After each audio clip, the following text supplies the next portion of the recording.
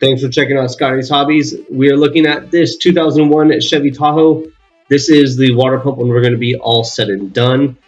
Parts you're going to need, this is just the basics. We do use more, but the water pump, thermostat, the thermostat housing, your AC belt, your serpentine belt, your upper radiator hose, lower radiator hose, some coolant, and that's it, I believe. You're going to start off by taking the air tube between the throttle body and the max air meter off. You can leave everything else on.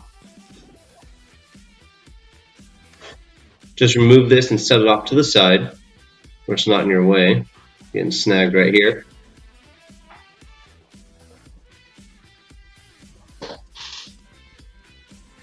Right here is your serpentine belt. You're going to inspect the pulleys, make sure everything is looking good. Your lower belt, that's going to be for your AC. You're going to be using a 15mm socket to get the tension off of your belt. First, I like to get something and write down the routing of my serpentine belt. I always start with the water pump pulley or whatever pulley is in the center of the motor and then work my way around it pulley wise. And then I draw in the routing of the belt.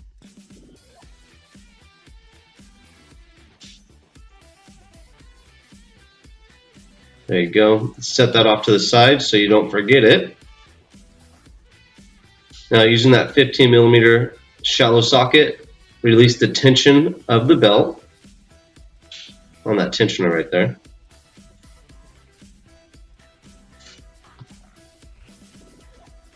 Get the wrench off. Pull your serpentine belt off. This one you are going to throw away.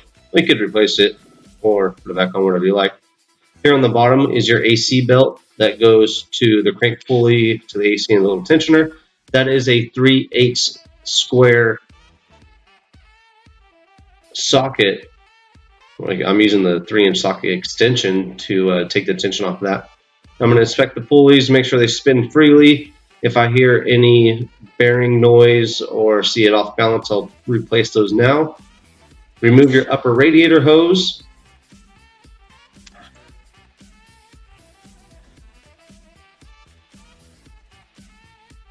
Now you're going to take off the lower radiator hose, set that off to the side as well. A little bit of a pain in the butt to get it off. Wiggle it back and forth. Crazy view right there. Sometimes fluid, coolant, antifreeze, whatever you want to call it, does come out. Make sure you have a bucket on the ground below you. Obviously, your AC system should be drained by now.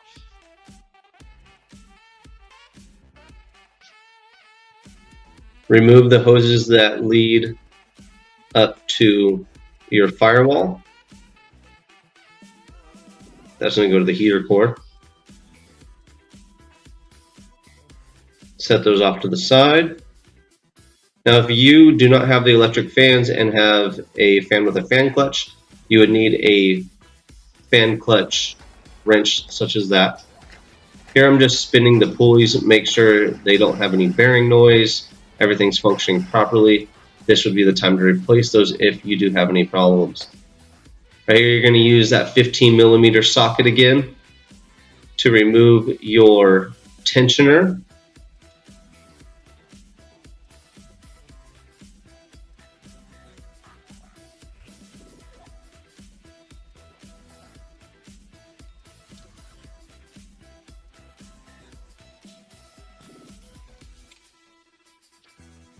Remove it and set it up to the side. Again, we're going to inspect everything, make sure our plan of attack is right. You're going to have 3 10mm bolts on either side of your water pump. Those are going to be the inlets into the engine itself. Like I said, 10mm bolts right there. Go ahead and remove those. I'm using the airline to hurry up and get these off real fast. Remember, all the parts that I'm removing in this video should be in the description below if you need to buy them. When you reinstall the water pump, there is a sequence that you must do, and of course you want to torque everything. So we'll be going through all that too on the installation process. Now that we got all the bolts removed, go ahead and fish it out. It's actually not that hard. Here's the water pump assembly itself removed. You want to clean the surface of the engine where your water pump gaskets meet up to the engine. You don't want to have any debris there. If you have any debris, dust, or anything like that, you will get a water leak really, really fast and end up doing this job twice. Use this brush right here to scrub everything off. And when you're done with this, you got to make sure you didn't lose any of the hairs in the ports themselves for the cooling system, because you would never want to get this in your cooling system.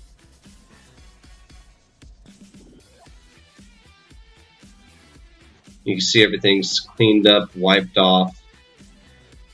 There's no debris on it. Probably could do a better job, but works for now.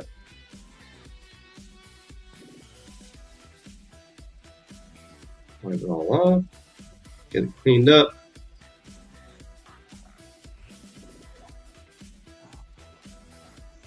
You're going to take the thermostat housing off.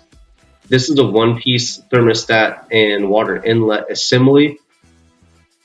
I'm not using this one on the reinstallation. I got this new thermostat and water housing assembly. Comes with the gasket on the thermostat, so you don't need the other gasket. When you install this, you're using a 10mm socket, and you're going to torque the housing itself down to 11 foot-pounds. And again, you want to make sure everything is torqued down properly when you're reinstalling your water pump. Ensures proper sealing.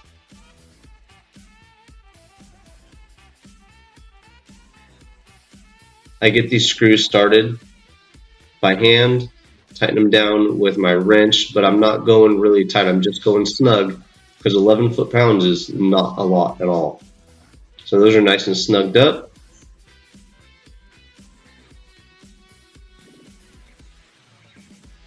Make sure that my gasket was seated properly, that's why I wiggled it. Set my torque wrench to 11 foot-pounds. See, I'm holding it with my foot too, just to give us some leverage. I could do this on a bench, but I like to do stuff the hard way, so we're doing it on the floor. I do plan on switching that thermostat housing out to put a thermostat switch for my fans. Now I've got the new water pump inside the engine bay. I am going to set the gaskets on the back side of the pump over a couple screws.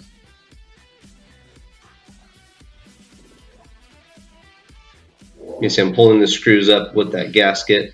Same thing, see, the gasket just fell off. This part is sometimes a pain in the butt. You can put guides in the engine, but like I said, I have to do stuff the harder way. I see the gaskets on there. I got a couple bolts sticking through.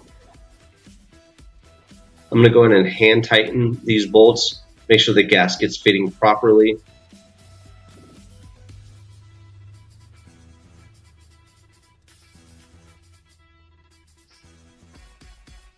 Get them tightened up by hand on both sides. And again, you're going to use the torque wrench to tighten these down, and you're going to do them in a torque sequence as well.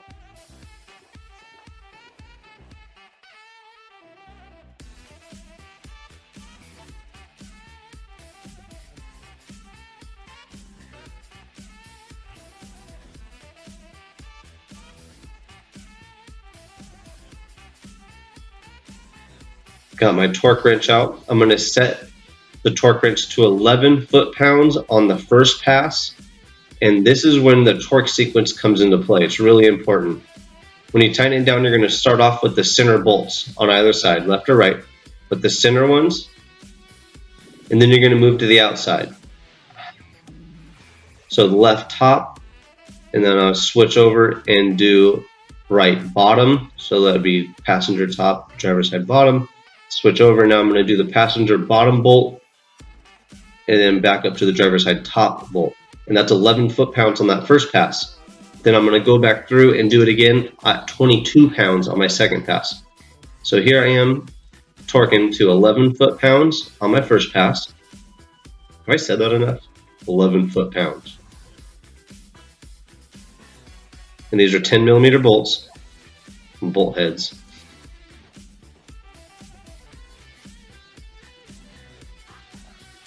They were finger tight, and like I said, we're doing the first pass now.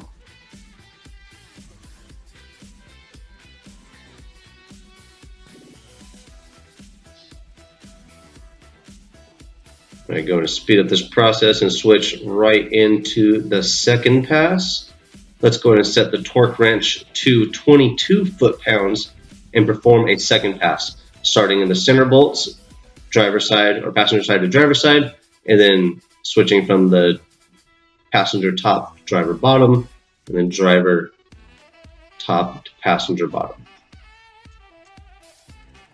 Torque sequence is very important so that you get the water pump itself to lay flush against the engine. If you tighten the top or bottom first, you might get a little bit of a bow in the center of the water pump and cause a water leak. Don't forget to reconnect the hoses to the heater core. When I was reconnecting, I installed all new hose clamps. Makes it dress up a little bit nicer. In case you ever go to a beauty pageant. Both of these hoses need to be reinstalled, obviously. Make sure that they're in the same location they were when you took them off. Got a new hose clamp on the hose, my lower radiator hose. Tighten that one down. And now the tensioner, we're going to put the tensioner back on. 15mm bolt.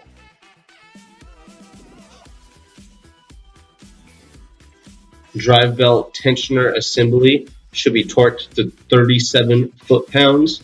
There's no real torque sequence on this one, given there's not a real seal on it. But as of everything else, I usually start with the middle bolts and work my way out.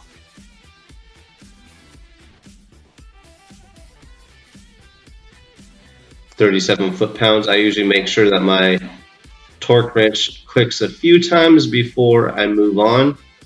One click is never enough. First, get your air compressor belt out. This is going to be the new one installed. And if you do need these, check for a link in the description below to buy one. I'm going to use the 3/8 3-inch extension to release the tension on the tensioner pulley again to install the belt.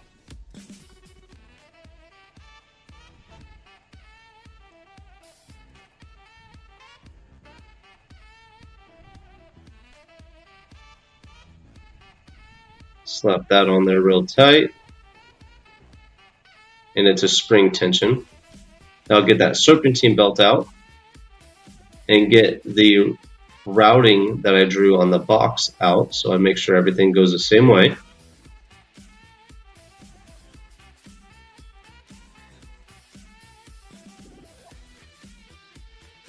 Belt's a little stiff, got kind of cold, and got to fit it in the grooves.